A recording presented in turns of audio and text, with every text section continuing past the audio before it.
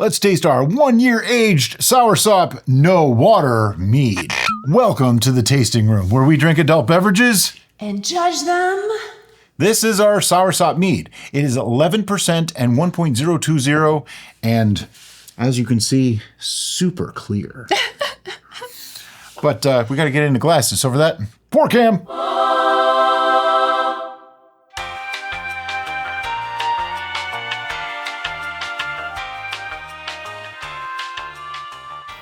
I don't recall loving this. Nope, I don't recall loving it either. But I don't remember specifically what I didn't love about it, other than probably its flavor and aroma. The taste and smell, probably.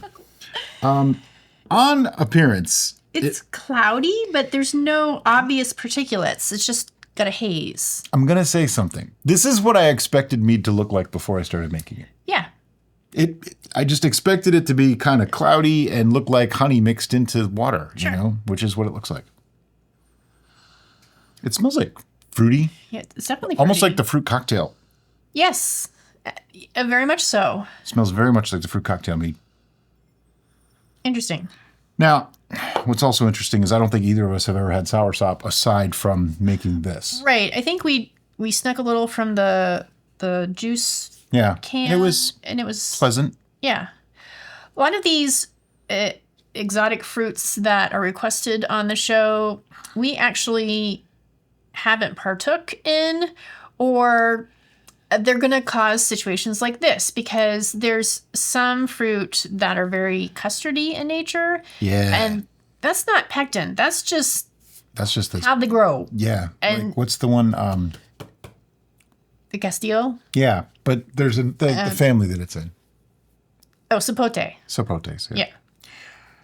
On this one, though, we use juice. Yes. And that's why we called it a no water. I do the quotes because you can't make no water mead. It's just not possible. Because even if you use all fruit, there's water in the fruit. So it's not a no water mead. So I just hate that name. That's a personal thing. I don't really know why people got so hung up on that. I guess it's a preconceived notion that if you add water, then you're diluting the product. No, it's because when you do a no water mead, you are infusing so much fruit into it to make up for it. To get that water, you're using so much fruit that it adds this huge amount of flavor. Right. And that's why. It's not really the dilution thing. Though to some people it might be. I don't know. Some people might be that offended by adding water to stuff, but if you don't add water to honey, it's not going to ferment. Sure. It's just that simple.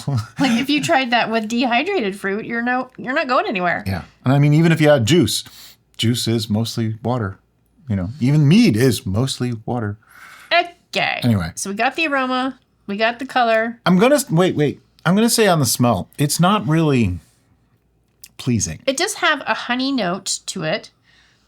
It's got like a weird tanginess. It's got the almost. weird alcohol fermentation tang. Yeah. That sometimes it's slightly objectionable.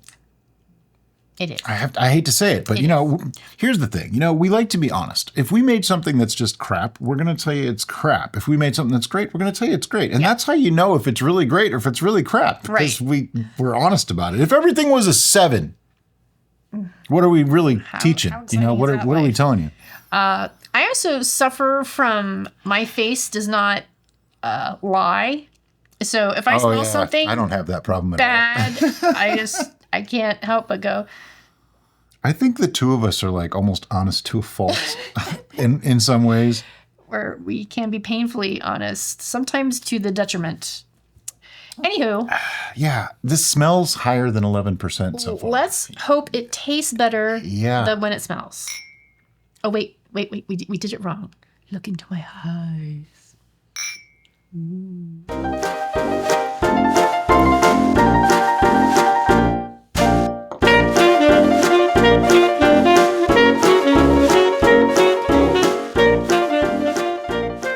Doesn't taste much like alcohol.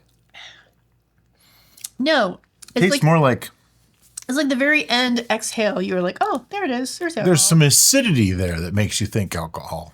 And then after the alcohol goes away, you get the bitter. It's bitter.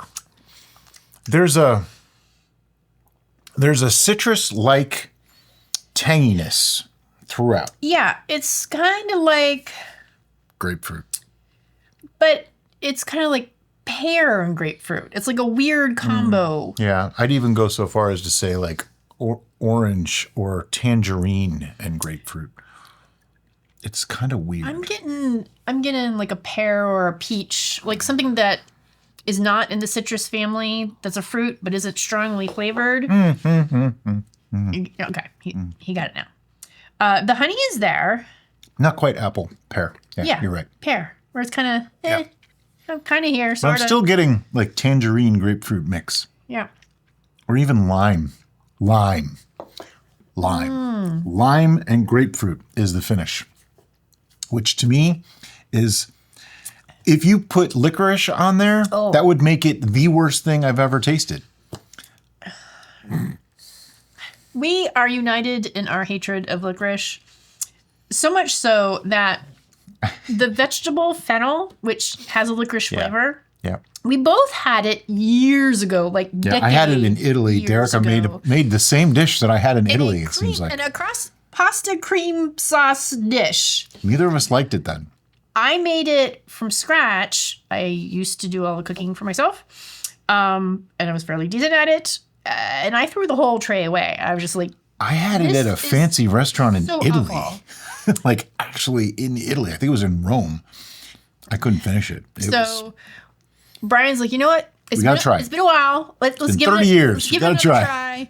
And we did it in a completely neutral environment. So we roasted it up. Just roasted salt and pepper. Roasted, nothing. And it was better than being in the cream sauce, but it made me go, there's other things that I would prefer, so we're not going to, you know.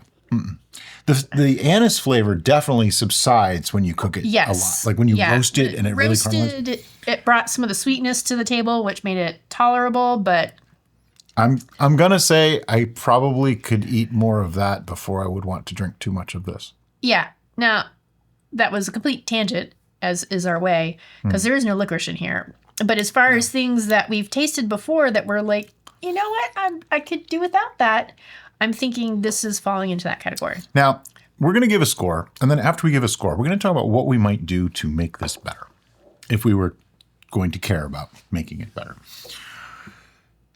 There's a little spoiler there. Do you have a number? Yeah. I need one more taste to be sure.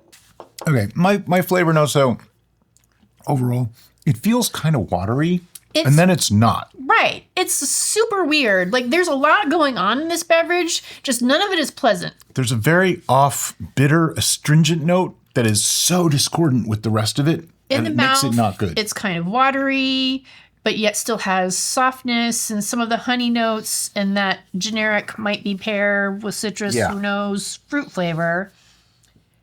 No alcohol sensation in the mouth whatsoever. And then after when you the swallow, I kind of get it. You get the alcohol. It's only 11%. It's not super high. And then you get the weird, bitter, acid.